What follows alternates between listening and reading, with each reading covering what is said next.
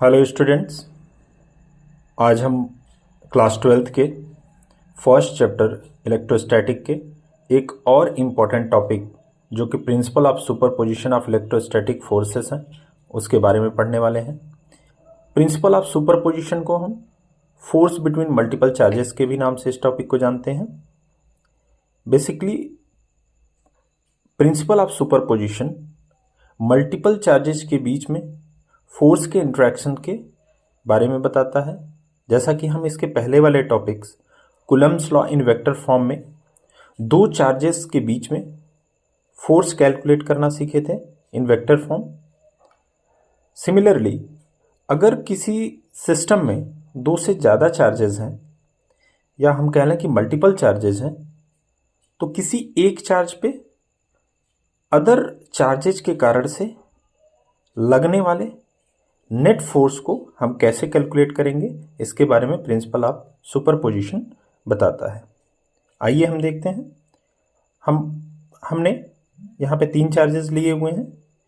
Suppose Q1 का position vector R1, Q2 charge position vector R2, Q3 charge position vector R3 है। अब हम देखेंगे कि Q1 पे Q2 के कारण से जो लगने वाला फोर्स है F12, जिसका डायरेक्शन ये होगा। अगर हम इसका यूनिट वेक्टर निकालें तो 2 से 1 की तरफ R21 कैप। सिमिलरली Q3 के कारण से Q1 पे लगने वाला जो फोर्स है वो F13 है और जो यूनिट वेक्टर होगा 3 से 1 की तरफ R31 कैप होगा। According to the principle of superposition जो हम नेट फोर्स निकाल रहे हैं, जिसकी हम बात करेंगे F1, जो लॉ ऑफ वेक्टर एडिशन को फॉलो करता है। F1 is equals to F12 plus F13 and if there are multiple charges then it will be till F1n। Okay, अगर हम इसको फर्दर एक्सटेंड करते हैं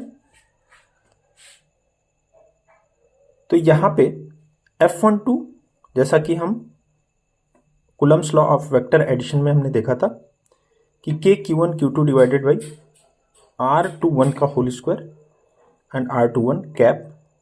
सिमिलरली हमने F13 को कैलकुलेट किया, F1n को कैलकुलेट किया और फाइनली हम इंडिविजुअल इस वैल्यूज़ को हम इस सुपरपोजिशन वाले फॉर्मूले में पुट कर देंगे।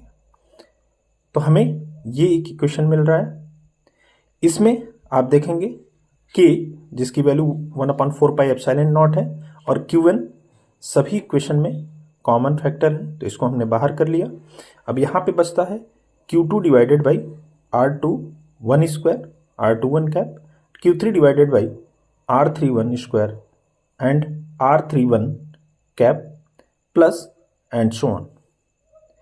इसको हम ऐसे भी लिख सकते हैं, चूंकि R12 यूनिट वेक्टर है और किसी भी यूनिट वेक्टर को हम उस वेक्टर में अगर उसके मैग्नीट्यूड से डिवाइड कर देते हैं तो यूनिट वेक्टर मिल जाता है। एंड R12 को हम मॉड R1 माइनस R2 के फॉर्म में दिखा सकते हैं। और इन दोनों वैल्यू को जब हम इस इक्वेशंस में पुट करते हैं तो हमें फाइनल इक्वेशन ये मिलता है। और इसको समेशन फॉर्म में अगर हम दिखाते हैं तो जो फाइनल इक्वेशन है प्रिंसिपल ऑफ सुपरपोजिशन का, F1 is equals to Q1 divided by 4 pi epsilon not. आई की वैल्यू हम 2 से लेंगे क्योंकि यहाँ पे जो ब्रैकेट वाले पार्ट्स हैं उसमें Q2 Q3 and so on Q1 है, तो ये वेरिएबल है, तो इसलिए हमने यहाँ पे आई पुट किया है। और इन जनरल फॉर्म आपका प्रिंसिपल ऑफ सुपरपोजिशन ये आता है। Thank you.